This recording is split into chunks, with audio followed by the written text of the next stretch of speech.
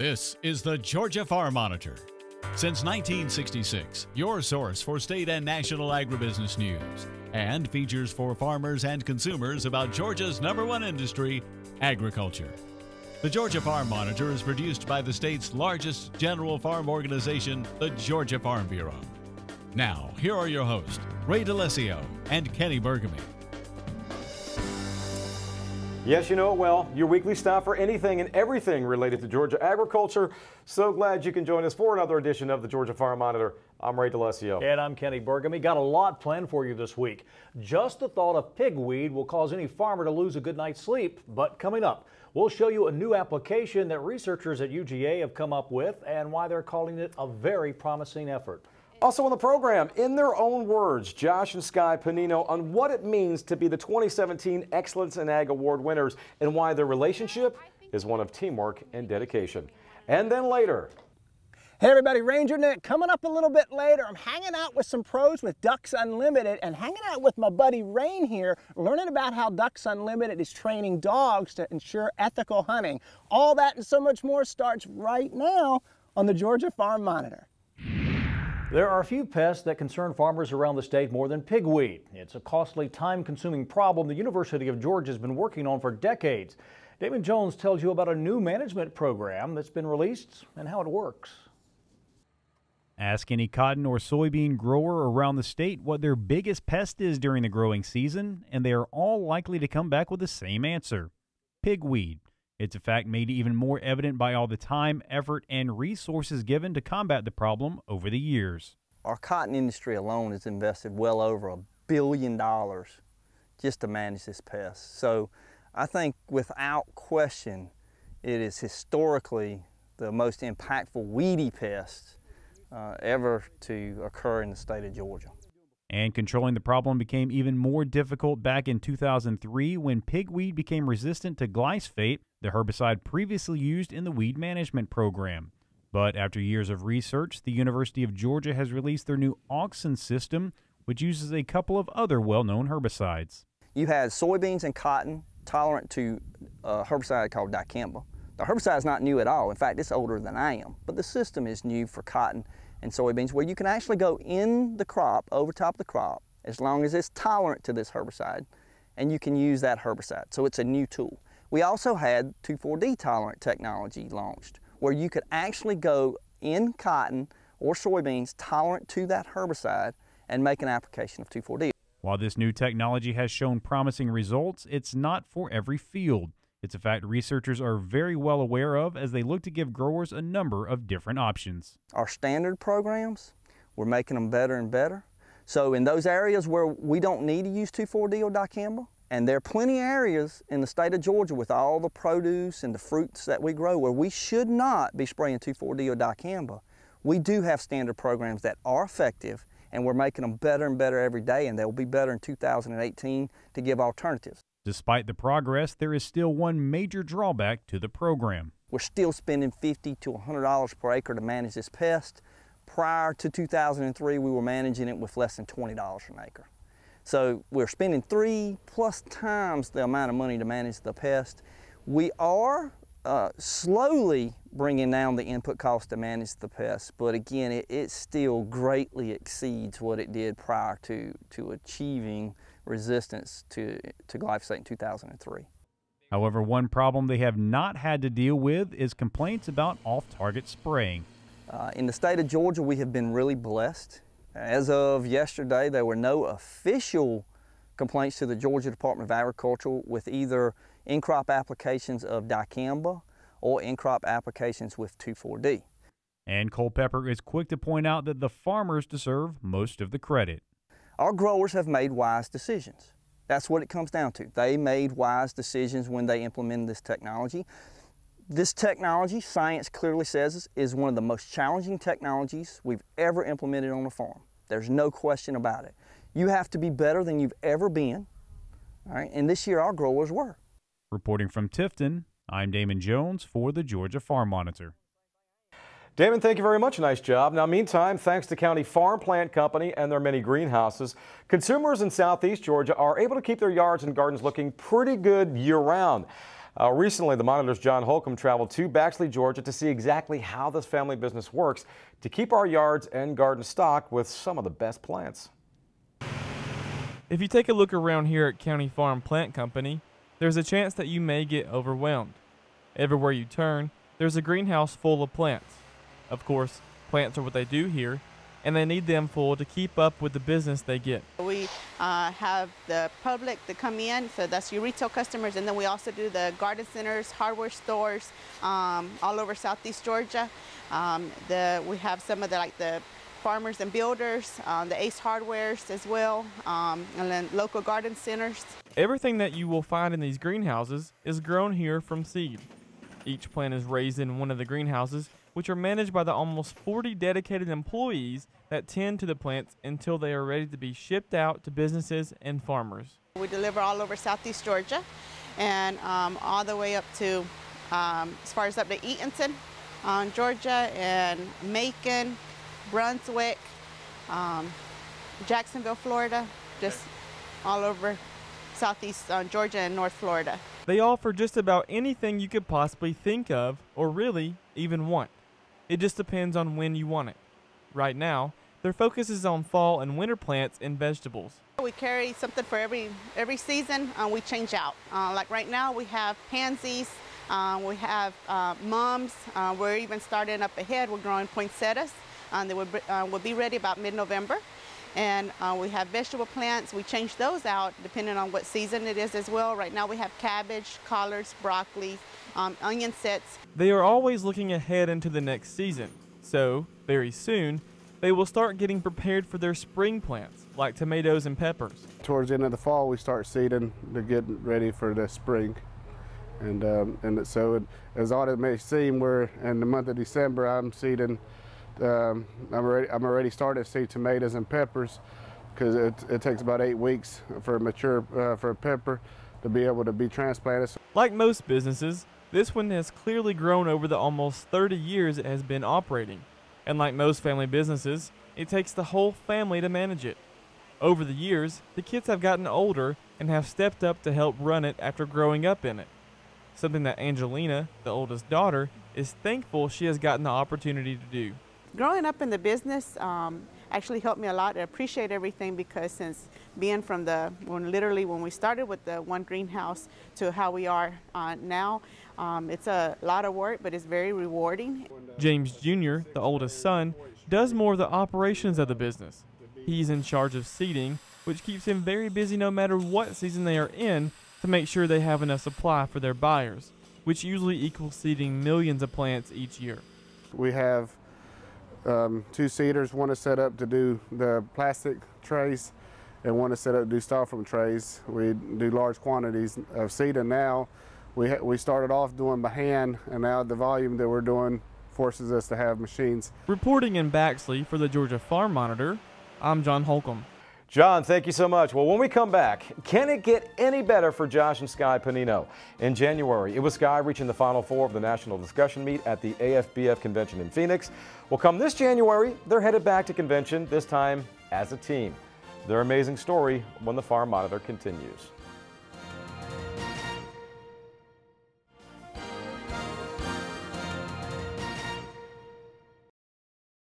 In 1989, George H.W. Bush became the first president to officially pardon a turkey at Thanksgiving. But the roots of this ceremony go much further back in our history.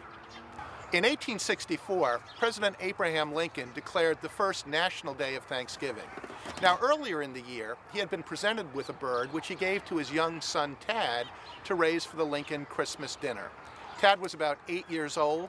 He nicknamed the bird Jack and grew very attached to it.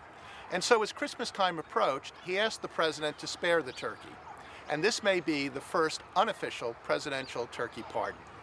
In 1947, President Harry S. Truman welcomed the National Turkey Federation and the Poultry and Egg Board to the White House and accepted several turkeys. Now, many people believe that Truman was the first president to pardon a turkey. But in fact, President Truman was more of a greet-and-eat type of president. And in 1948 remarked to reporters that the birds would come in real handy for a Christmas dinner that he was planning for 25 guests at his home in Independence, Missouri. There are 2 other unofficial presidential turkey pardons. President Kennedy didn't have a lot of use for White House ceremonies unless they involved astronauts. But on November 18th, he stepped into the Rose Garden and accepted a 55-pound bird that had a sign on it which said, "Good eating, Mr. President." Kennedy looked at the bird and said, well, maybe we should let this one grow a bit more. And tragically, 4 days later, he was assassinated in Dallas. In 1987, President Reagan was the first president to actually use the word pardon. He had been asked a question about Iran-Contra and pardons associated with that event, and instead suggested that perhaps Charlie, the bird that he had been presented with, deserved the pardon. And so history records that George H.W. Bush was the first president to officially pardon a turkey. Each of the presidents that followed him, President Clinton, President George W. Bush, and President Obama, have graciously taken time from their busy schedules running the business of the nation to participate in this American tradition. Happy Thanksgiving, Mr. President. As you know, the Young Farmer and Rancher program here in Georgia and around the country is geared toward providing leadership, educational, and social opportunities for men and women between the ages of 18 and 35. A part of that is the Excellence in Ag Award, given annually to an individual or individuals who support Ag and Farm Bureau, but who also earn the majority of their income from something other than production agriculture. Well, today we profile the 2017 Georgia winner, Josh and Sky Panino of Hancock County. For Sky, it is yet another milestone after she made it all the way to the Final Four of the National Discussion Meet back in January.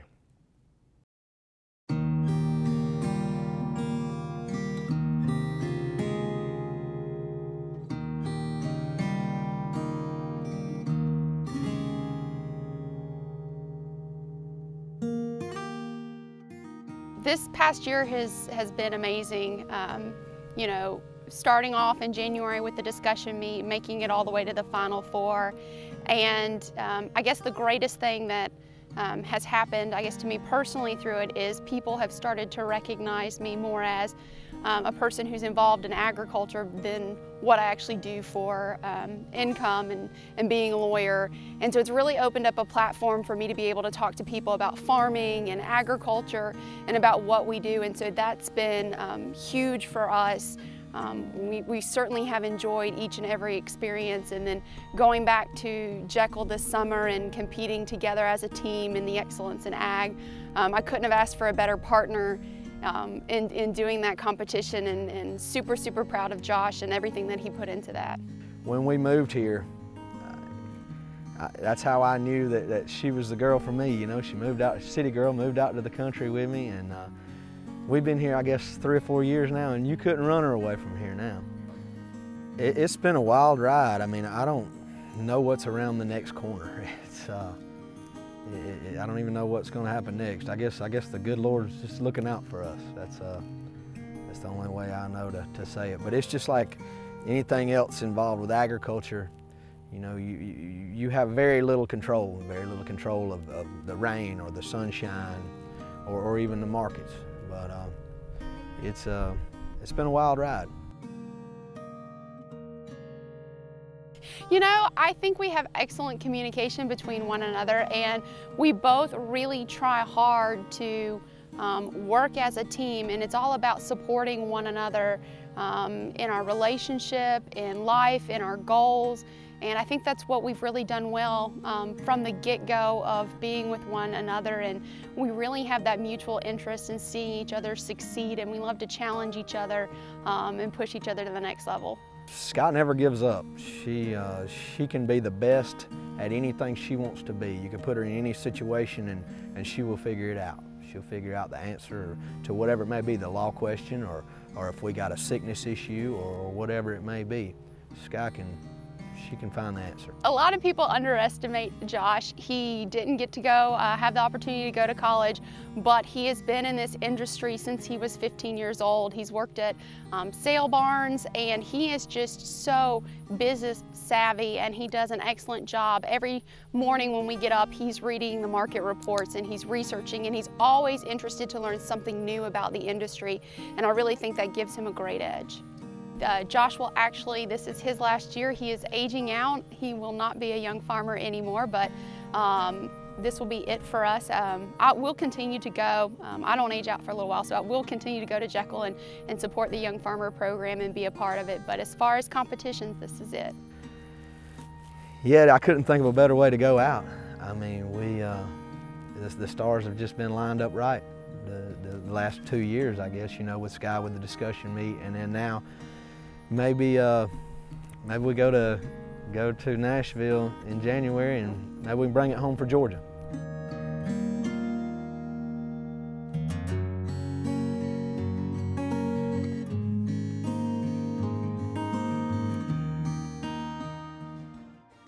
Hey everybody, coming up next, how is Ducks Unlimited training dogs to retrieve things like that out in the water?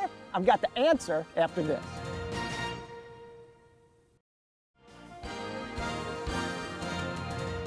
Deep-fried turkey has become the norm at Thanksgiving, but every year people forget to take those important safety steps, and the results can be disastrous. From our friends at the Virginia Beach Fire Department, here's the do's and don'ts of deep-fried turkey.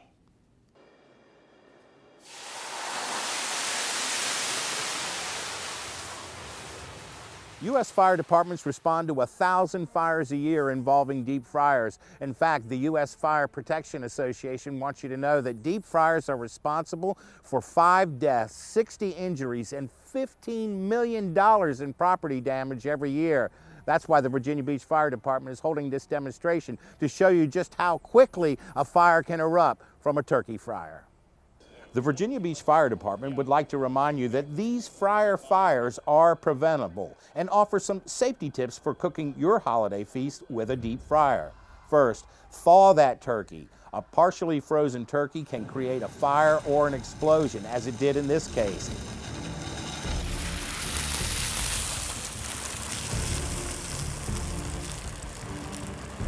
Experts recommend thawing the turkey 24 hours for every 5 pounds. So a 10-pound turkey should be thawed for 48 hours. Stay with it. Watch it at all times while cooking.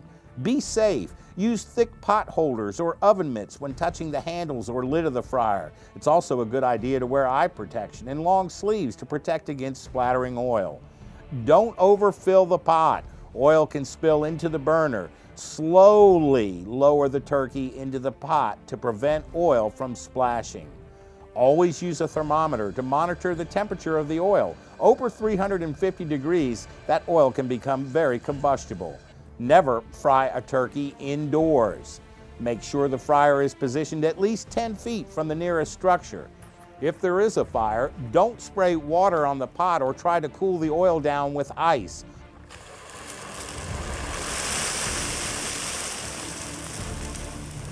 Always use a fire extinguisher. Now, for the purpose of our demonstration, we did everything wrong. Most importantly, we overheated the oil and we used a partially frozen bird. Can't emphasize enough how important it is that your turkey is completely thawed before you slowly put it into the oil. Now, all that said, there are grocery stores and restaurants that will actually deep fry a turkey for you. Let them do the cooking. All you have to do is eat it. I'm Art Kahn, the Public Information Officer for the Virginia Beach Fire Department. If you have any more questions about this, you can reach me at the information you see on your screen. Have a great holiday, everybody.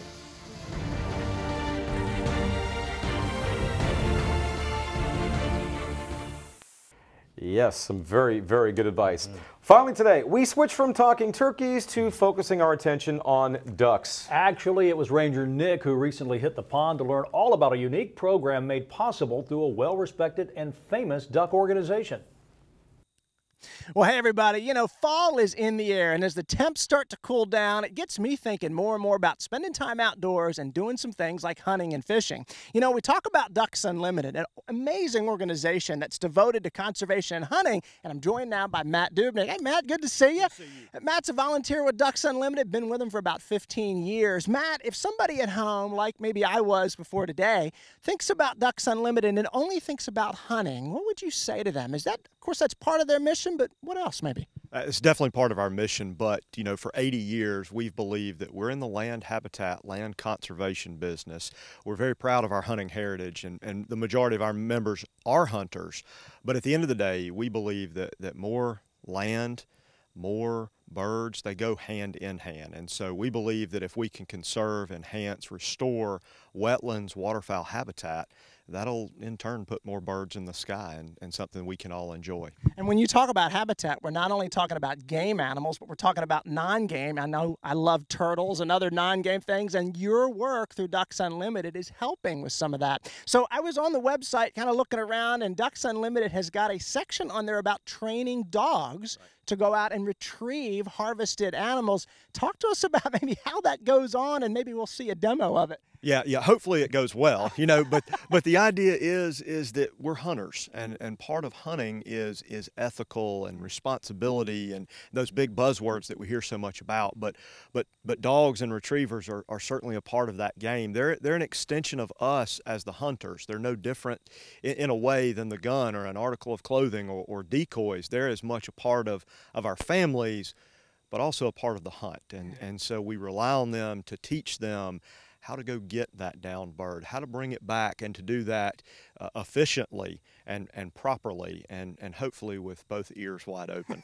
And there's an art to it. So as an animal lover myself, I want to show everybody at home how those dogs are trained. So we're going to take a look at that next. Let's see it.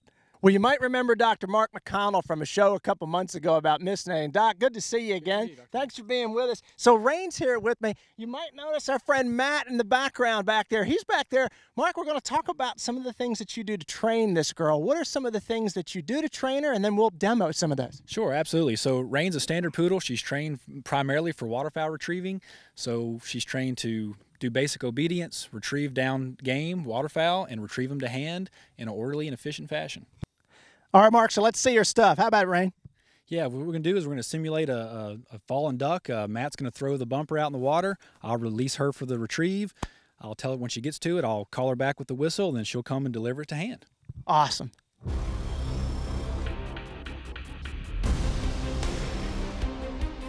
Rain! Here she goes. Obviously, she knows right where she's going. She can see it right there. She's going to make a beeline for it. Yeah, so this is what you call a marked retrieve. She's seen the bird fall. She's going to get it. When she gets it in her mouth, I'll toot the whistle a few times, which is a standard recall whistle to tell her it's time to come back. And then she'll deliver it all the way to heel, which is right beside me. And then she'll hold the bird until I tell her to release it. Good girl. Amazing. Look at this. Obviously, you can't have a dog that's too ADD with this. I would never be very good at this. I'm too distracted, as I'm sure our friends at home can only imagine. But look at her coming on in here to get to see this technique, blowing that whistle, and then I'm sure Mark's going to give her all kind of praise when she gets back in here. Yeah, she works for the retrieve. That is her reward. And then when she delivers it to hand, I'll give her, after she releases the bird, I'll give her a great deal of praise. And she'll be as happy as she can be because this is what she's trained and bred to do. All right, so we're back on land, got Rain back up here and dried off for time purposes, got to see her retrieve something in the water. Now Mark's going to show us how Rain can retrieve something on land. So Mark, what do we got out here? We've got 3 dummies out there. We're going to show y'all how we send to a downed bird that they haven't seen. So I'm going to send her out there, stop her on the whistle, and give her a hand signal to direct her towards the fallen bird I want her to pick up. Man, I can't wait. Let's see it. Dead bird. Rain. So Mark gives the whistle to get her to stop and look at him. Now he's going to do a hand command. Turns back and looks at him. Goes to the right with the hand command. Brings her back. There's that toot, toot, toot, bringing her back. Y'all, this is just amazing. The power of this dog and the training through Mark. It's amazing to think that all of these resources on how to train these dogs is available through Ducks Unlimited. It's been a blast to get to see this stuff today and get to see how an amazing animal like this works. Y'all know what to do. While you're online checking out Ducks Unlimited, check out the Georgia Farm Monitor Facebook page. Check out the Ranger Nick Facebook page. And until next time, for all of us, I like to remind you, enthusiasm is contagious. So pass it on. Y'all, thanks so much for watching. We'll see you back here again next month. See ya. Wow. What did you do to that poor dog? She did not like that camera, did she? Or maybe, yeah, it was the person behind the camera. Right. That is going to do it for this week's edition of the Georgia Farm Monitor. Here's a reminder for all the latest ag info regarding food, great recipes, and what's happening down on the farm. Be sure and check out our Twitter, Facebook, and Pinterest pages. You'll stay informed and see what's up in the world of farming and with us here on the show. Take care, everybody. We'll see you next week right here on the Georgia Farm Monitor. Have a fantastic week.